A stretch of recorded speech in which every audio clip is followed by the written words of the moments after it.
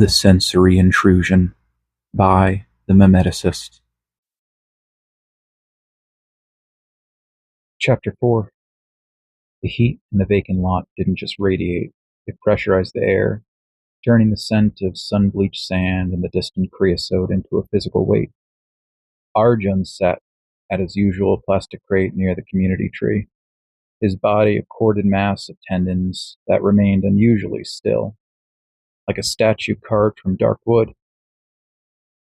He held a posture of absolute predatory patience, his neck elongated and his head tilted slightly to the side as if listening to a frequency just beyond the reach of human ears, his hands resting on his knees. Were poised in a slow, deliberate mudra, with the middle finger and the thumb joined to symbolize the void. Below him, in the shimmering grid of the sandy lot, a velvet ant moved with a frantic mechanical efficiency.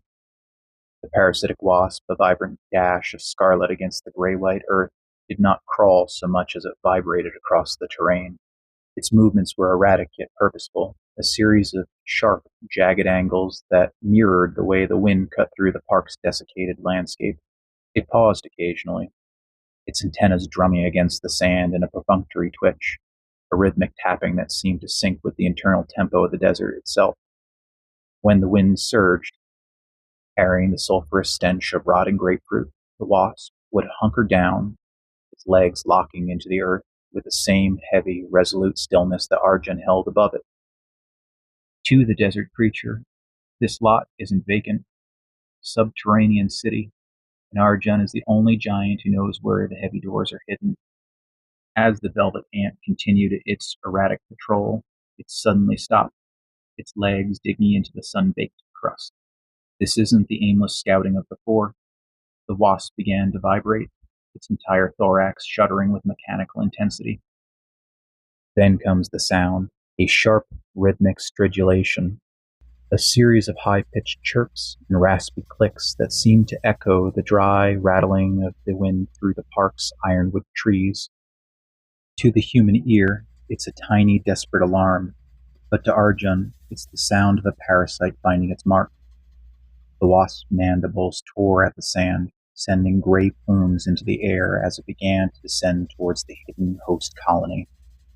It's a violent, beautiful invasion, and Arjun didn't blink, his shadow stretching long and jagged over the miniature construction site. The wind picked up, whistling through the gaps in the nearby fence, nearly drowning out the wasp's stridulation. Then the rhythmic crunch of gravel shifting. It's not the wind.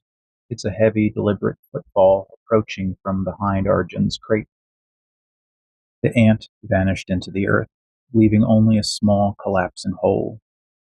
Arjun's fingers tightened almost imperceptibly against his knees. He didn't turn around. He simply waited for the shadow of the newcomer to merge with his own. The shadow that fell over Arjun is not heavy or imposing, but it is insistent, breaking the solitary circuit of his focus. Lena stood a few paces back, her posture a stark contrast to his predatory stillness. She is slightly hunched, her shoulders pulled inwards as if to minimize her presence. Yet she remained standing, a small act of defiance against the oppressive Arizona heat and this man's unnerving silence. She cleared her throat, the sound thin and fragile against the low, rhythmic hum of the wind. It's it's quite something, isn't it? She began, her voice carrying the soft, hesitant cadence of someone who expected to be ignored. She didn't specify what it is, the vacant lot, the heat, or the invisible drama of the velvet ant that just disappeared into the grit. She received no reply. Arjun did not even move.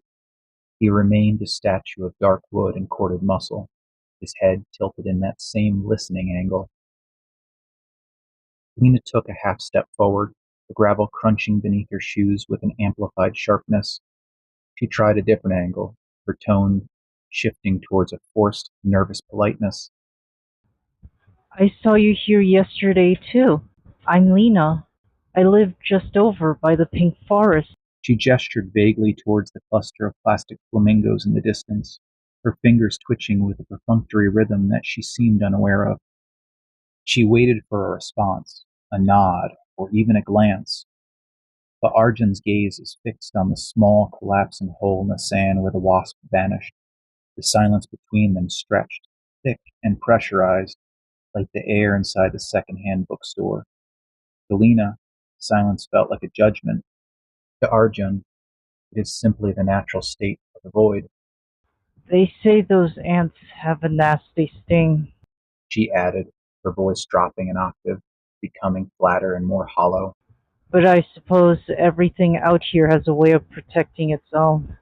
She stood there for a moment longer, a blind spark trying to catch a flicker of recognition from a man who existed primarily on the peripheries. But she might as well have been conversing with a statue. Acknowledgement didn't exist in this space. One could say that her movements mimicked that of a puzzle piece, its edges constantly rattling with a desire to form bonds, to create tethers, but terrified of being engulfed. Finally, seeing his shadow has fully subsumed her own, she offered a small, tight smile that he didn't see and began to back away, her footfalls echoing the rhythm of a breath she didn't realize she was holding. Lena turned away from Arjun, her movements slightly disjointed, as if she was retracing a path that had already begun to dissolve. She began to walk towards the park's spa building, her gaze fixed on the shimmering horizon of the pink forest, where the plastic flamingos stood in their neon plastic explosion. The sound of her own footsteps on the gravel felt amplified, a lonely crunching that seemed to sync with the dry, rhythmic whistle of the wind. As she neared the communal mailboxes, a figure emerged from the heat haze. Mrs. Gable walked back towards her lot, her movements jerky and avian, mirroring the plastic bird she so meticulously tended. She was wearing her oversized harlequin glasses, the frames embracing the rose-tinted lenses, giving her the unsettling appearance of an enormous insect navigating the sun-bleached wasteland. Clutched in her thin, bony fingers was a small cardboard box. She held it with a precarious kind of reverence, her head tilted at a sharp angle as if she could hear something vibrating inside the packaging. As soon as she saw Lena, Mrs. Gable's face contorted into a wide, toothy grin that didn't quite reach her insectoid eyes. Oh, Lena, look what the gray one brought to the spot today.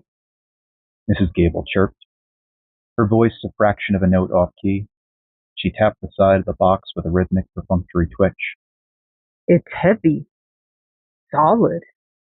I can feel the noise inside just begging to be let out.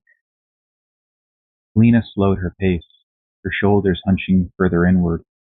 That's that's nice, Mrs. Gable. I was just heading to the spa.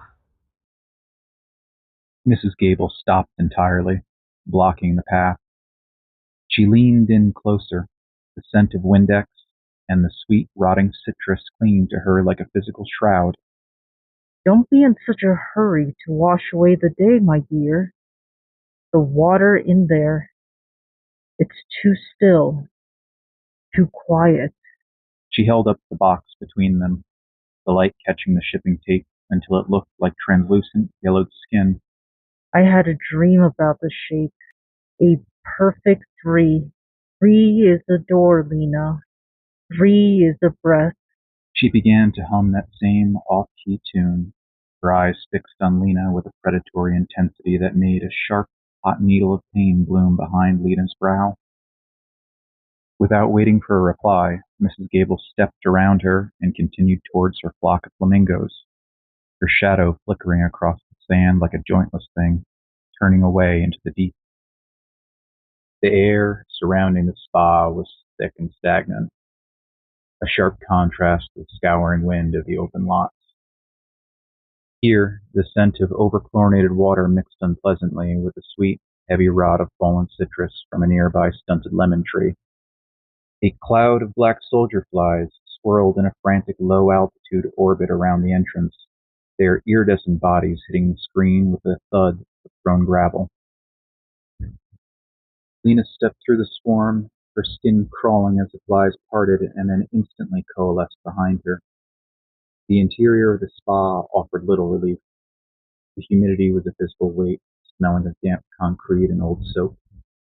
Inside the restroom, she stood at the sink, the pipes groaning as she turned the brass handles.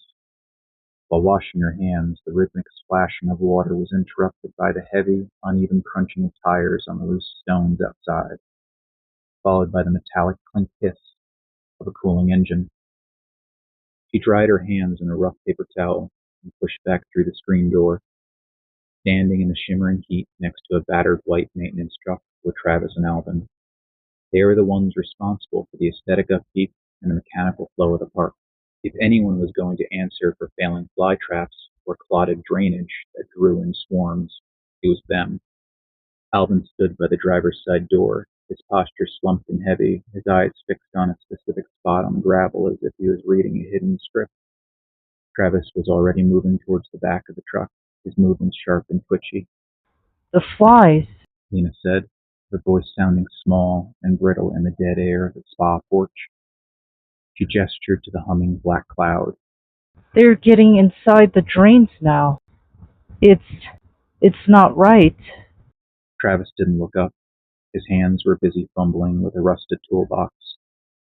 Flies follow the heat, Lena. Heat follows the rot, he muttered, his voice a dry rasp that seemed to grate against the silence. Alvin shifted his weight, his gaze finally drifting towards the lemon tree. Everything has to eat, he added, his tone flat and devoid of comfort. He didn't look at her, but his presence felt like a wall of cold air in the middle of the desert noon. Lena stood on the edge of the concrete pad, caught between the two men and the humming swarm, waiting for a promise of maintenance that she knew, instinctively, would never truly come.